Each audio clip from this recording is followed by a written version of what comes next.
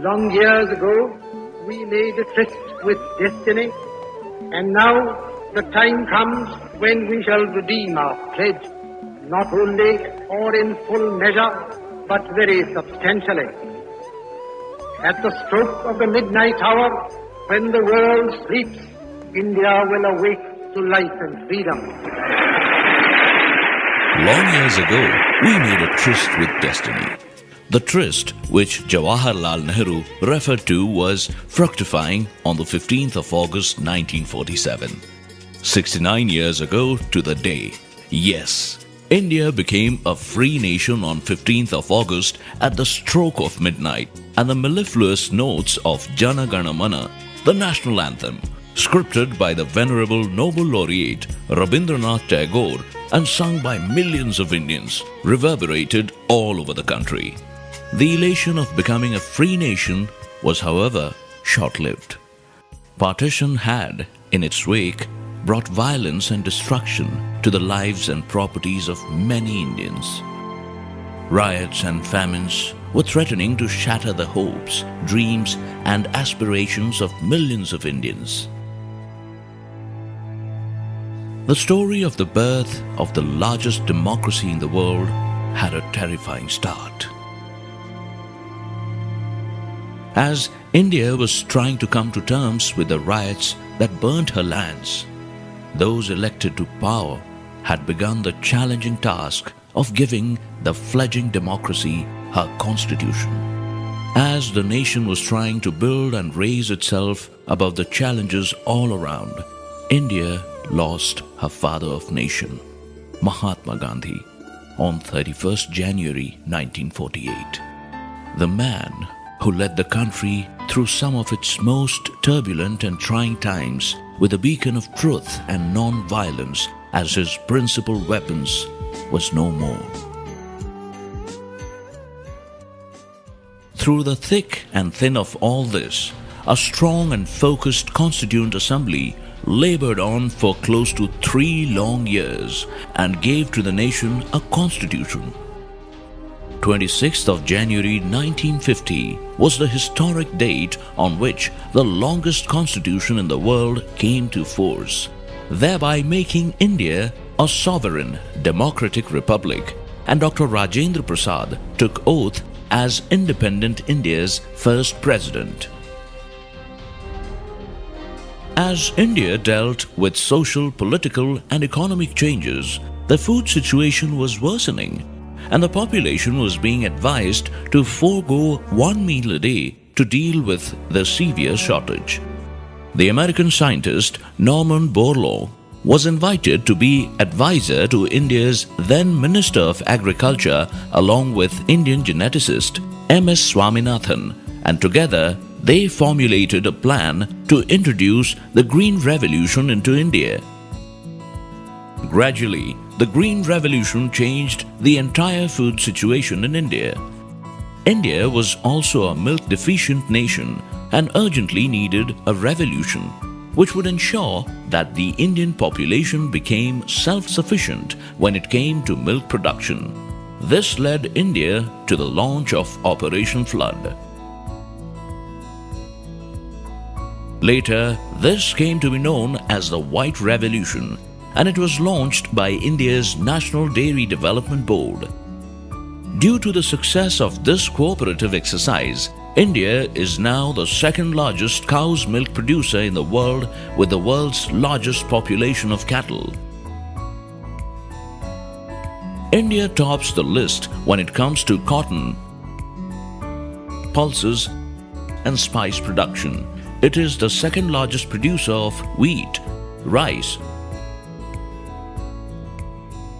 sugar, groundnut, and inland fish, and frequently ranks amongst the top 10 countries in the world in the production of cashew nuts, coconuts, tea, ginger, turmeric, and black pepper. As the country was making giant leaps towards securing her food supply, her northeast boundaries were being threatened. The Sino-Indian War of 1962 proved to be a huge challenge for the army. The lessons learned from the war led India to modernize her military. India has since never looked back and continues to constantly enhance her army, navy, and air force. Indian troops have been an integral part of the UN peacekeeping forces, and during the 1960-62 Katanga rebellion in DRC, it was India's Gurkha regiment that was sent to maintain peace. In the background of several social, economic and technological successes that India was celebrating, the shadow of war was creeping upon the nation once again in 1971. This time, the result of the war was the creation of a new neighbor of India, Bangladesh. India has the unique distinction of being a nation that has never invaded or initiated war with any other nation. And by signing a friendship treaty with the newly formed Bangladesh, India continued this amazing and unique legacy. While India continued to make strides in the military field, including becoming a nuclear state after the success of Smiling Buddha in 1974, the country also moved closer to achieving new triumphs in the field of space science. Aryabhatta, named after one of the ancient India's greatest mathematicians, became India's first satellite to be successfully launched into space on 19th April 1975. This would be the first of many outstanding achievements for India in the realm of space science. 1979 saw Mother Teresa win the Nobel Peace Prize. A year later, in 1980, the Indian hockey team won gold at the Olympics. 1982 saw the 9th Asian Games being hosted by India in New Delhi. This became the first event that Indians enjoyed watching in color on their television sets. This came not a moment too soon, for it allowed countless Indians to watch in full color as India won her first World Cup in 1983 under Captain Kapil Dev. Although India was beginning to make a mark on the international arena, India had been suffering from economic issues due to a closed economy. Slowly and steadily, the economic position of India was declining as the 90s approached. The then Prime Minister, Mr. P.V. Narasimha Rao, in the year 1991, took the decision to open up India's economy by going in for economic liberalization. The gravity of the situation can best be understood by a report of then that India did not even have foreign exchange to last her for a fortnight. Thus, the opening of the economy was an extremely important decision in the nation's economic destiny. With a newly opened economy, India started making rapid strides in various areas throughout the 90s. On the military front, during the Republic Day Parade in 1994, India rolled out the short-range Prithvi missile. 1994 saw Indian women make a mark at international events. Sushmita Sen became the first Indian woman to bag the title of Miss Universe, and Aishwarya Rai won the Miss World pageant. A year later, Bollywood released the record-breaking film Dilwale Dulhania Le Jayenge, a film that became the longest-running film in Bollywood's history. A liberalized economy also led to India becoming a WTO member in 1995. Research on the Indian economy also won noted Indian origin economist Amartya Sen a Nobel Prize in Economic Sciences in 1998. The Indian elections, meanwhile, saw major changes with electronic voting machines being introduced in 1999 and eventually becoming widespread across the largest democracy in the world. However, the end of the 90s saw tensions erupting between India and Pakistan as war was declared. The war officially came to an end when Prime Minister Atal Bihari Vajpayee declared Operation Vijay a success and India regained control over Kargil. India entered the new millennium. This new millennium would prove to be a period of amazing achievements for the country. The year 2000 saw Indian beauties bagging all 3 international titles. Miss Universe for Lara Datta, Miss World for Priyanka Chopra, and Miss Asia Pacific for Dia Mirza. And in 2016, Rohit Khandelwal became the first Indian and Asian to win the title of Mr. World. India also worked towards providing security of work and income to its citizens by enacting the National Rural Employment Guarantee Act in 2005. Under this ambitious act, millions of Indians continue to benefit with schemes that involve financial inclusion and financial literacy. 2007 was again an important year. Vishwanathan Anand became the undisputed world champion in chess. In the context of India-DRC relations, 2008 saw President Joseph Kabila Kabange visiting India to participate in the first India-Africa Forum Summit and holding bilateral talks with the then Prime Minister of India, Dr. Manmohan Singh. The same year, Tata acquired Jaguar and Land Rover, 2 British automobile manufacturing companies. With this, Tata ranked 57 amongst the world's top 100 brands. Incidentally, Tata Motors and Mahindra both have a presence in DRC since 2010. In fact, India has the distinction of being ranked second in the world as the largest producer of small cars. Indian companies like Bharti Airtel have also entered the DRC and their presence is there for everyone to see.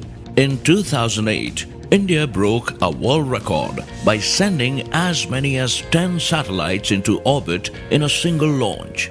This was also a time when the world's most promising developing nations decided to form an association, namely BRICS. India is an integral part of this association of fast-growing countries. Through mutual cooperation and shared interests, the BRICS countries have been working together since 2009 towards a better and brighter future. Some remarkable achievements were also registered in 2008 in the field of sports and literature. Shooter Abhinav Bindra became the first Indian to win an individual gold medal at the Olympics. Wrestler Sushil Kumar and boxer Vijayendra Singh both won bronze at the Beijing Olympics. And in the world of cricket, Sachin Tendulkar became the leading scorer in Test cricket and also became the first batsman to score 12,000 runs in Test cricket. 2008 certainly was a big year for Indian sports. But 2008 will also be remembered as the year when India's Aravind Adiga was awarded the Man Booker Prize for his debut novel, The White Tiger. While the year 2008 was memorable for its many achievements, it was also a year which would go down in history for the dastardly attacks on Mumbai. The series of attacks that took place in November 2008 was the handiwork of 10 members of Lashkar-e-Taiba, an Islamic militant organization based across India's borders. The attacks, which drew widespread global condemnation, began on 26 November and lasted till 29 November 2008, killing in its wake 164 people and wounding at least 308. And this included several innocent foreigners and Indians. As India came to terms with the reality of terrorism on its soil, the next year saw A.R. Rahman winning 2 Academy Awards for his work in the film that went on to become a worldwide sensation, Slumdog Millionaire. In 2010, India launched an ambitious biometric census. This was easily the largest and most challenging census in the world. This was also the year that India hosted the Commonwealth Games in Delhi, which proved to be India's most successful till date, as the medal tally won by Indian athletes was the highest ever. The first decade of the new millennium thus brought with it a period where India took massive steps towards growth in every field and settled firmly on the path towards becoming a globally powerful and successful economy. As far as developments on the India DRC front are concerned, 9 DRC officials benefited from various training courses offered under India-Africa Forum Summit 1. A similar facility was availed by 8 and 5 officials, thereby strengthening the collaboration between the two nations. Another initiative worth mentioning was the training received by 5 Congolese women in solar electrification and water courses at the Barefoot College, Rajasthan during 2010-11. In November 2010, a contract of $76.9 million to lay down power transmission lines of 400 kV over a distance of 260 kilometers from Inga in Bas-Congo province and Kinshasa was signed between Kalpataru Power Transmission Limited India and the Congolese National Electricity Company, SNEL. Kalpataru Power Transmission Limited won another project worth $185 million for laying DC transmission lines of 2,200 kilometers.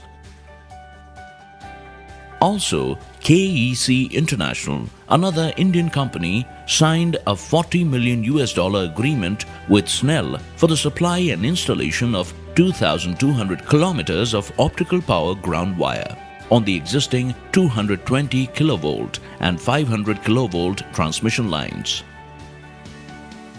The Government of India, through the Instrument of Lines of Credits, is extending or has extended assistance worth more than $500 million to the government of the DRC in various hydroelectric power projects, cement plants, and also in acquisition of buses. As far as capacity building programs are concerned, under the ITEC program, more than 150 Congolese in the last 4 years alone have undergone training in India and have added value to the Congolese society. Besides these, the Government of India has also been offering fully paid scholarships to young Congolese students to pursue their undergraduate and even postgraduate studies in various disciplines ranging from humanities and commerce and accountancy to business administration in India. 2011 brought with it another World Cup win for the Indian cricket team under the leadership of India's most successful captain to date, MS Dhoni. Just a year later, in 2012, Mary Kom won bronze in the Olympics, bringing a fresh breath of air into women's sports in India. Her amazing achievement also led to a film being produced in Bollywood. 2013 saw grand celebrations as Indian cinema completed 100 years. The multifaceted world of Indian cinema has given the world creative luminaries like Satyajit Ray, Raj Kapoor, Amitabh Bachchan, Rajnikant and Shah Rukh Khan, who have brought great laurels to the country. Indian films and personalities have been a source of pride for the country, and in recent years, the impact made by them on the world stage has been phenomenal. Given India's unique and diverse geographical features that include everything from the lofty Himalayas to grand deserts, pristine beaches and historical wonders, the tourism industry received a much-deserved boost.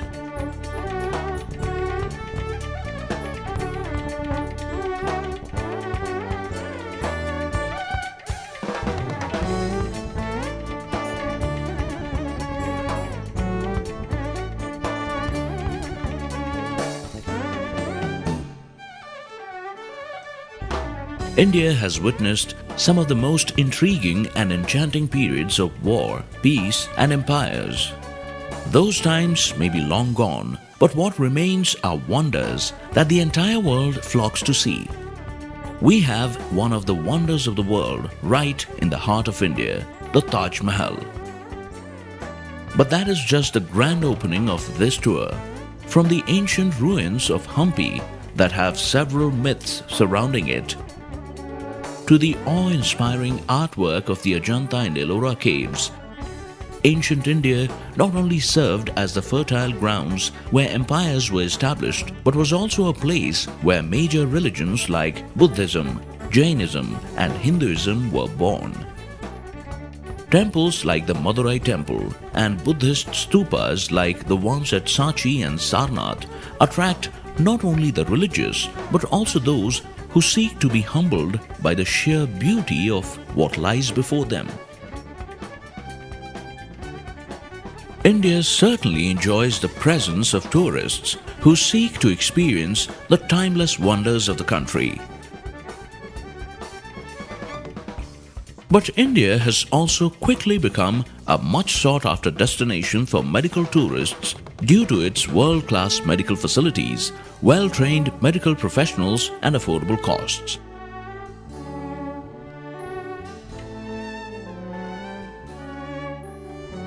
This distinction has also allowed Indian medical institutions like SRL Diagnostics and Fortis to collaborate with the Indian entrepreneur Harish Jagdani in DRC in setting up the much-needed HJ Hospital in DRC.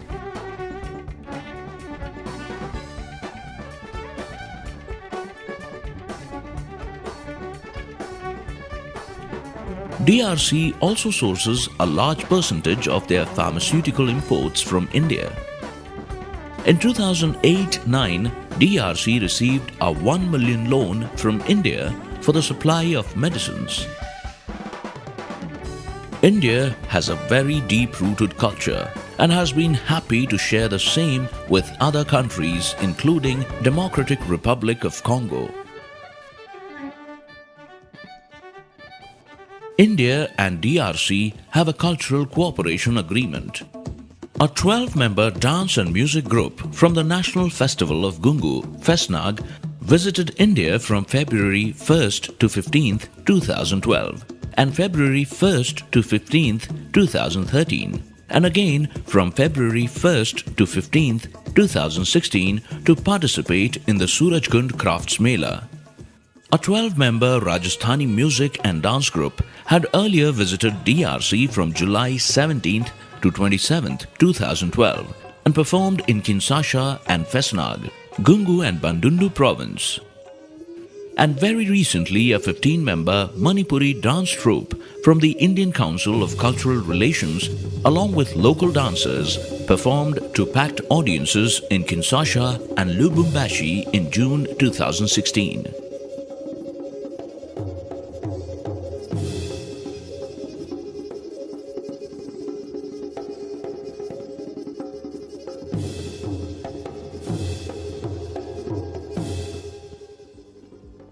Along with developing strong relations with countries across the globe, India was also focusing on becoming competent enough to stand tall on the international stage. The success of the Mars Orbiter mission in 2014 was applauded the world over because India achieved this feat on its first attempt at a budget that was even lower than a Hollywood film. This was also a year when several Indians transitioned into leadership positions in international business. Following the steps of the inspiring Indra Nooyi, Satya Nadella became the CEO of Microsoft in 2014 and Sundar Pichai was appointed as the CEO of Google in 2015. Globally recognized Indians like Lakshmi Mittal and Mukesh Ambani frequently featured on the list of the world's most powerful and influential billionaires. Tennis player Sania Mirza broke into worldwide fame and acclaim by becoming the first Indian to be world number 1 in women's doubles.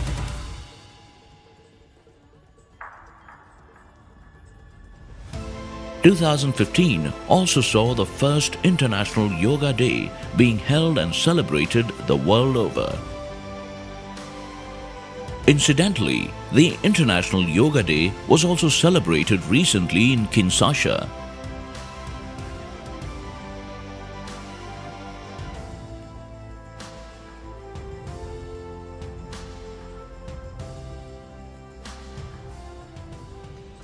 India's dynamic and young population, once seen as a burden due to the sheer numbers, is today seen as her greatest asset. India has the second largest pool of scientists and engineers in the world today. India also radically liberalized the FDI regime, making India the most open economy in the world of FDI. With programs that take concrete steps towards improvement like Make in India, Skill India, Digital India, Smart Cities and Swachh Bharat Abhiyan, and inviting international giants to invest in the country, India is well and firmly placed on the path of becoming one of the world's shining economies, with a current growth rate of an amazing 7.5%. As an emerging worldwide market for consumer goods, as well as a rich pool of talent, the last 25 years have been truly incredible for India, and India's peace-loving and forward-looking culture will continue to take the country to new and greater heights.